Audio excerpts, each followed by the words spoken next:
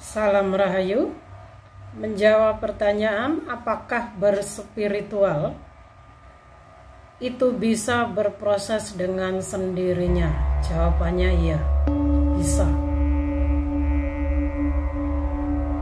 Seseorang bisa berspiritual dan mencapai kesadaran tertinggi atau kesadaran yang lebih tinggi dengan dibimbing oleh jati dirinya sebagai guru sejatinya dan juga pengalaman hidupnya melalui spiritual awakening-nya. Jadi dalam berkesadaran kita bisa berkembang dan tumbuh sendiri. Buat contoh saya sendiri saja. Sampai sekarang saya berkembang dan berspiritual tanpa seorang guru ataupun master. Saya tumbuh berkembang sendiri.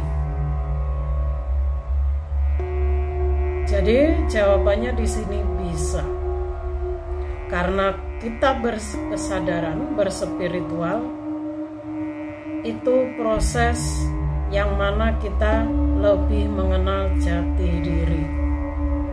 Spiritual itu jalan atau proses untuk lebih masuk ke dalam diri, mengenal diri sejati, dan juga mengenal sang sumber yang ada dalam diri kita.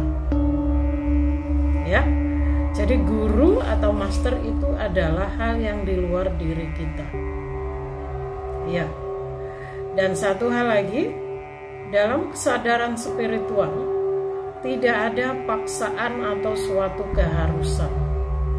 Semua mengalir atas dasar keinginan dan panggilan jiwanya masing-masing. Ya. Dan kenapa saya membahas ini? Karena sebenarnya bukan ini yang ingin saya bahas, tapi lebih ke saya ingin sedikit memperingatkan bagi Anda yang mau percaya, ya, yang terpanggil untuk berkesadaran dan sedang dalam fase awakening, ya. Tapi ingat, ini tidak ada paksaan dan tidak ada suatu keharusan. Dalam aturan semesta, semesta tidak pernah memaksakan kepada kita semua harus berkesadaran, harus percaya. Semua kembali ke diri kita masing-masing. Ya, oke. Apa yang ingin saya sampaikan kepada Anda yang sedang dalam fase awakening, berhati-hati jika Anda memilih guru spiritual atau orang yang Anda anggap master yang bisa Anda jadikan tuntunan. Karena untuk saat ini saya lihat banyak sekali orang-orang yang bermunculan yang mengaku dirinya guru spiritual. Ya, jadi ada beberapa ciri yang mungkin bisa Anda kenali. Ya, yang pertama, orang spiritual sejati tidak akan melabeli dirinya dengan hal apapun. Jadi kita tidak butuh validasi diri. Kita harus dihargai, kita harus dianggap lebih, kita harus dianggap master dan sebagainya.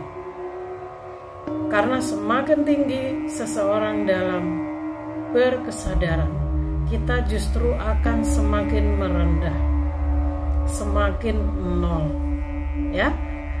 Karena kita sudah paham akan arti hidup yang sesungguhnya. Itu yang pertama.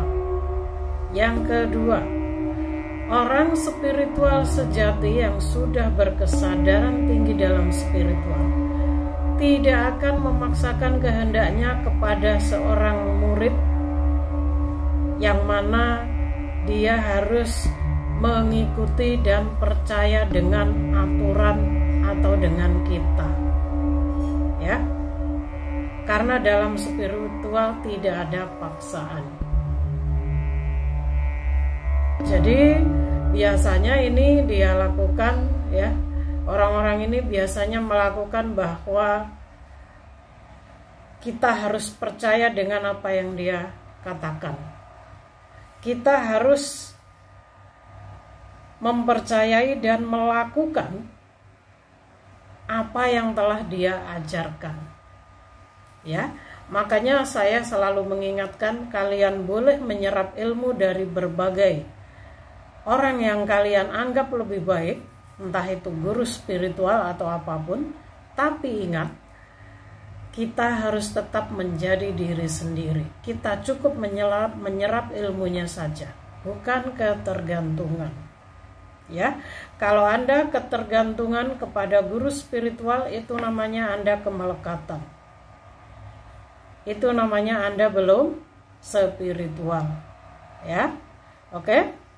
Selain orang spiritual sejati tidak melabeli dirinya, tidak butuh pengakuan diri, orang spiritual sejati juga tidak memaksa seseorang ataupun orang yang dia anggap murid agar percaya dan harus mengikuti aturan-aturan yang dia buat.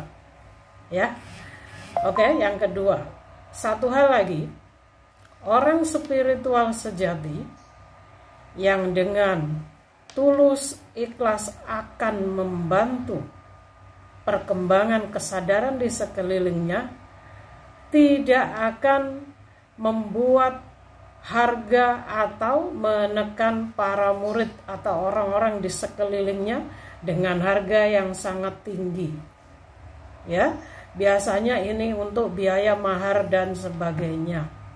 Itu namanya bukan spiritual sejati, tapi orang spiritual palsu, ya, atau dark spiritual. Mereka menggunakan kedok nama spiritual atau biasanya dengan kemelekatan agama yang selalu disebut-sebut untuk menjerat kalian dengan harga yang sangat tinggi. Ya.